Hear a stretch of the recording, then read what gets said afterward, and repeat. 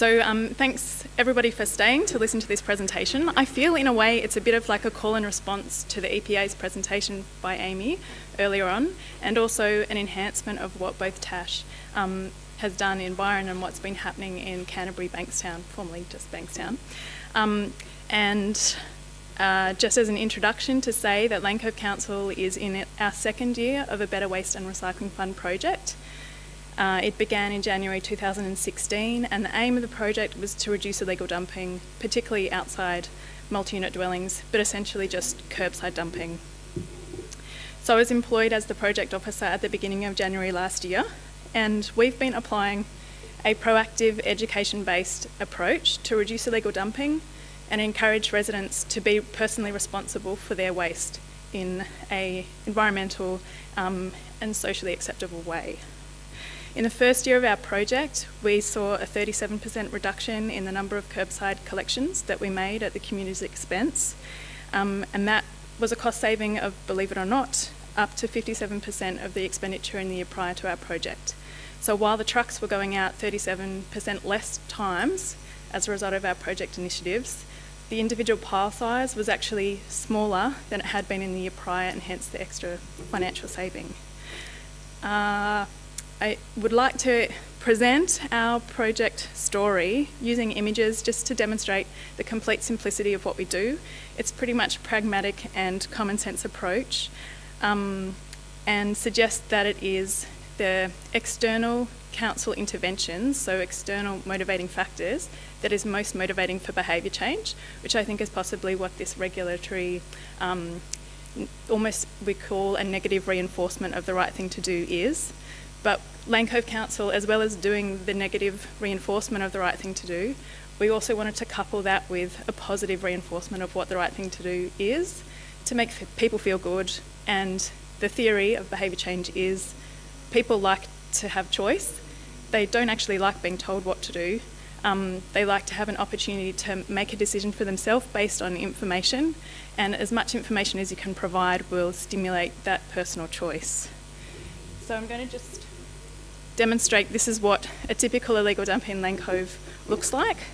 Interesting to hear that in Byron Shire, the statistics were 176 cases of furniture dumping and an expenditure of $119,000 to remove that. In Lane Cove, we're a very small geographical council area. We have 15,000 households, and over 50% of our households are in multi-unit dwellings.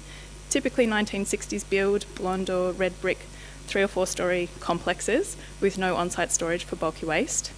And in our small area, also for all of the dumps that happened in 2015, there was about 260. Over 63% of those came from that small isolated area where the multi-unit dwellings are concentrated. So the expenditure for us to remove those was $20,000 for 2015, and an average of 13 dumps per month was being taken from these beautiful tree-lined streets in Lane Cove North particularly. So very similar like dumping scenarios perhaps to other council areas, and while I talk about multi-unit dwellings, the results are completely applicable to households and possibly to business dumping as well.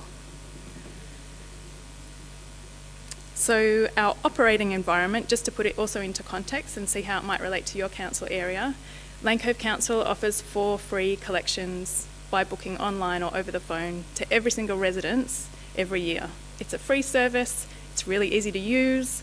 As long as people know how to use it, the uptake should be working. This is the method that we thought would be really useful.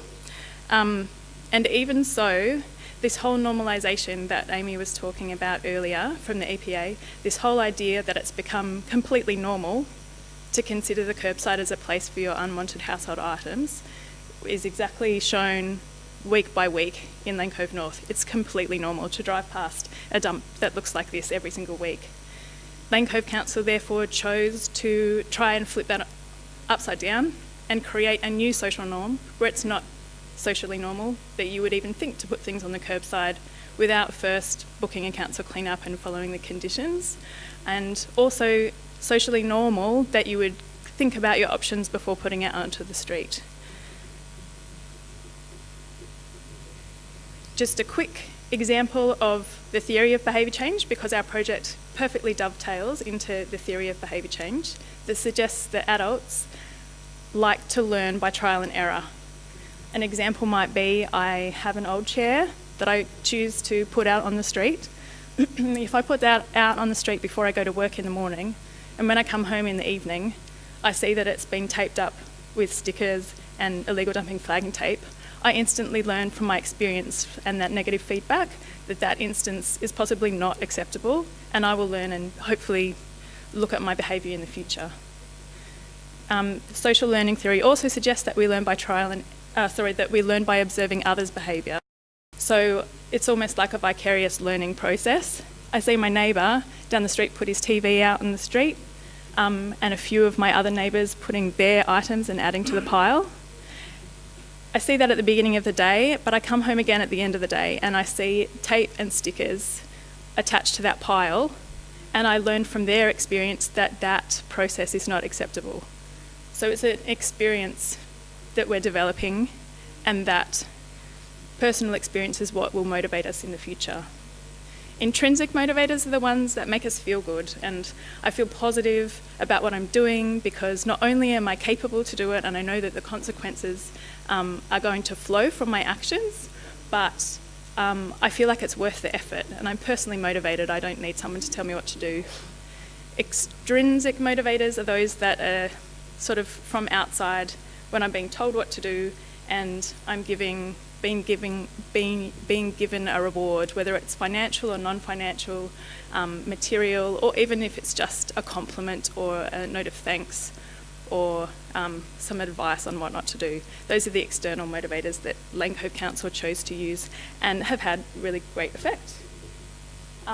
By handing responsibility back to residents, so taping things up instantly and saying this is not what we accept, we hope that we will encourage a more considered approach to illegal dumping and disposing of household waste, and ultimately contribute to the state goal of diverting more waste from landfill and taking things out of the waste stream wherever possible.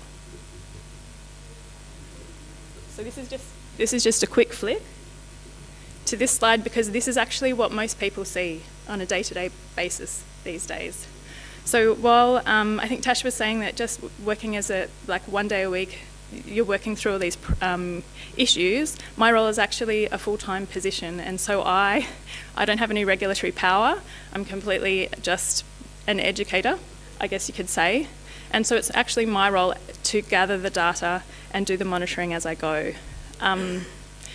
So because it was such a unsightly situation to start with, while data gathering at the beginning was really important, we coupled that instantly with the responsiveness. So I would drive the street in our hotspot areas 3 times a week, and every single time I saw something for the first time, I would stop and I would fill out my monitoring spreadsheet, quite similar to what is being done up Byron Way. So I would gather all the information for our records, but at the same time I would attach an illegally dumped materials sticker that says, this is illegally dumped. The fine is substantial, that's listed on the sticker. Instead of illegally dumping, you could book in a council cleanup, and if you have any information, please call us. So the feedback instantly is, this is not right, but there is a right way to do it, and here's the information. And also we provided a grace period, which don't tell the residents, but we gave a grace period of about 10 days, so it allowed them to respond to our negative feedback there. So everything was taped and everything was stickered every single week, driving past the sites 3 times a week. On the other side of that negative reinforcement was the positive information in the background. So both of these things were happening simultaneously. We wrote to all of our strata committees in the 450 multi-unit dwellings that we have in Lane Cove. We offered them these moving out signs, A3 metal signs that could be installed in the bin bay areas, uptake of about 43%. So then we also delivered subsequently double-sided stickers, book a council cleanup, all in this green positive, this is exactly how to do it, and it's quite easy imagery. And then again, we audited all of our buildings so that by the end of September, 100% of our multi-unit dwelling residents had had an opportunity to see one of these positive promotions. If there was no notice board, or the building was a secure building and we couldn't see the community notice board inside the building, we would deliver individual flyers to every single letterbox, because we wanted to ensure that people did feel like that they had the information at hand and they had the opportunity to make an educated decision when they needed to. Certainly, highly transient populations is an issue. So to reach our rental residents, the residents who were leasing, we provided flyers to our real estate agencies in the Central Business District. So we have 11 in the Central Business District. They don't capture the entire rental market, unfortunately, because real estate agents can manage from anywhere. But for our 11 in the Central Business District, they had council clean-up flyers on hand, plus a PDF copy, which they prefer, and they provided them as soon as someone signed a new rental lease. They could either email or give a hard copy to that resident. Because that didn't capture the entire rental market, we also developed a frantic first week postcard, which on one side says, in the same green positive imagery, book a council clean-up, this is how to do it. And on the other side, it had a checklist for moving in issues, like if you have bulky waste that you want to dispose, this is how to do it. If you've got a pet, this is how to register it. If you would like a welcome pack, this is how to get it. Smile and say hello to your new neighbours. So really trying to build a sense of community and provide information at the same time. And those postcards were sent to all the rentals that were leased within a fortnight. So it's a bit intense, but to work from a desktop and check the rental listings in our hotspot areas, all those addresses were checked. If they were listed on a rental page and then removed 2 weeks later, it had been leased, a postcard was sent directly to that person so that the information was going directly to the person at a point in time where they might be receptive. And of course, while all of this positive promo is going on in the background, and it might just be in your periphery vision, the hope is that when they see this is not the right thing to do, oh, I know that there is a right thing to do, I have to go and find out the information, but I know there is another way. Particularly to respond to the EPA's recommendations, the things that we found important to note was that it was, before we started our project, completely normal to see things out on the curbside. And by taping things up and saying this is not right, we reinforce the opposite to say this is not acceptable and it shouldn't be normal, that this is what you're doing. What can I do with things that I want to get rid of? On our flyers, like this one that we put into letterboxes, it said, have you considered alternatives to landfill? We have a partnership with the Bower. Have you tried Gumtree? And in a lot of cases, if I saw something like a cot out on the street, I would write onto the flyer that I put into a letterbox to say, this is illegally dumped, but it's a really nice cot, have you tried Gumtree? And in those instances, things disappeared like within 24 hours. So this personalisation of putting a flyer into the letterbox of all the units in the building, which could work perfectly well, it has been tried in houses also in Lane Cove. Something goes out in the street and we say, tape it up, put this in the letterbox, it's under investigation and it's not right. That sort of personalisation really tended to work.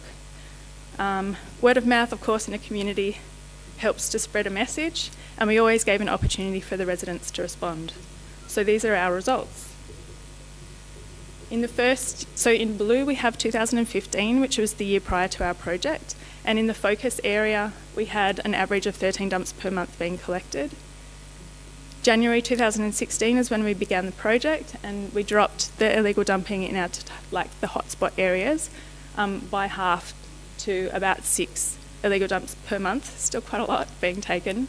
And now this year in January since the beginning of this year in 17, the illegal dumping rate has dropped again. And just to show the trend over time, I guess, so blue again is before our project started, but as you can see in the green, the trend is increasingly decreasing. So that low level of illegal dumping in 2017 is held. We're now collecting 3 or 1 or 2 dumps per month in our hotspot areas. Still quite a large number of dumps to be collecting when it should be 0, but we're certainly holding at a lower pattern. So 2 things just before I finish up to say these are 2 things that I think could work really well and have a really good result in the short term and then in the long term. Firstly is the personalised and targeted letterbox drop. So I mentioned this earlier. If a property has things out on the street, a dated flyer goes into the letterbox. But on the flip side is the green information that says doing the right thing is easy, try alternatives to landfill, and if not, this is how to book a council cleanup. So coupling the positive and negative messaging at the same time, particularly because if that illegal dump doesn't belong to you, you possibly don't want the negative reinforcement all the time. But we did want to encourage the feel-good factor of, oh yeah, there is another way, and oh, these are really great initiatives. So making sure that that positive and negative was coupled together. The results were really surprising because after that flyer was used, in 33% of the cases, the illegal dump was removed within 24 hours. So this is exactly what Margot was saying. It's really almost instantaneous. 46% of the cases it was removed within 48 hours. And then, so all those factors in green are where council didn't pay for any collection. We just did our little intervention and then left it for 10 days and picked up the remaining. The second thing that is more like a long-term behaviour change, changing the social norm concept, is that immediate response and consistent negative feedback using tape and stickers.